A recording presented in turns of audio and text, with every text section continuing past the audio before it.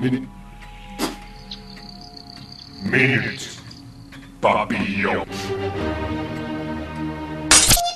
Tout le monde connaît désormais ce triste geste antisémite qu'est la quenelle. Quenelle à vélo, allez Guérin, quenelle parodique, Michel fais-moi des quenelles, Michel fais-moi des quenelles, antisémite. Et pourtant il ne l'a pas toujours été, et ceux qui ont vu les spectacles de Dieudonné le savent. C'est à la base un geste antisystème pacifique, enfin dans son cul quand même. Mais 2-3 personnes, pas les plus fines en ont fait devant des synagogues, devant des affiches de fêtes juives, faisant un stupide amalgame entre religion et politique. Et la grosse erreur de Dieudonné a été de relayer aussi ses photos. Bah oui, pour lui plier avec quenelle, plus ça élargissait le trou du cul, enfin plus ça grandissait la brèche du système. Mais ça a malheureusement rendu la frontière entre antisionisme et antisémitisme encore plus floue. C'est bon, tu me vois bien là? Mais qu'est-ce qui est encore plus con que de commettre une erreur? C'est de la partager en masse, et là les médias s'en donnent à cœur joie. Alors même jusqu'à diffuser massivement les plus grosses inepties. Alors j'ai entendu à la télé, oui, parce que je lis beaucoup, que la quenelle serait un salut nazi inversé, une sorte de sodomisation des victimes de la Shoah. Ah, mais faut être complètement pervers pour inventer ça, c'est dégueulasse. Et puis en plus, logiquement, quand tu fais l'inverse d'un truc, ça veut dire l'inverse, sinon y a plus d'inverse.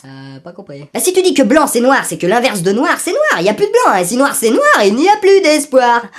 Toujours pas. L'inverse du salut nazi, lutte contre le nazisme, faut pas aller chercher plus loin. Ah!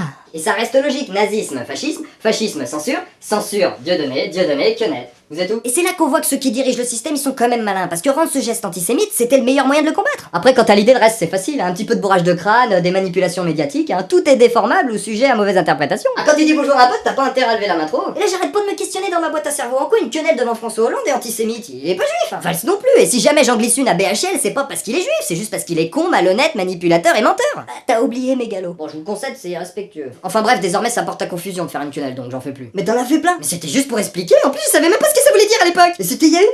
Allez, s'il te plaît, Canal+, me vire pas, je suis sûr qui vous voudrez. Ah non, c'est bon, je travaille pas pour eux. Allez, c'est fini, plus de quenelle, je vais inventer mon propre signe. Symbole pyramidal, illuminati, franc-maçon, sioniste, peu importe. Symbole vieux comme le monde pour représenter le pouvoir, une minorité en haut, qui dirige le reste. Je retourne la pyramide, et voilà mon signe anti-système. Un samosa fourré, si vous voulez, qui renverse les élites oppressantes.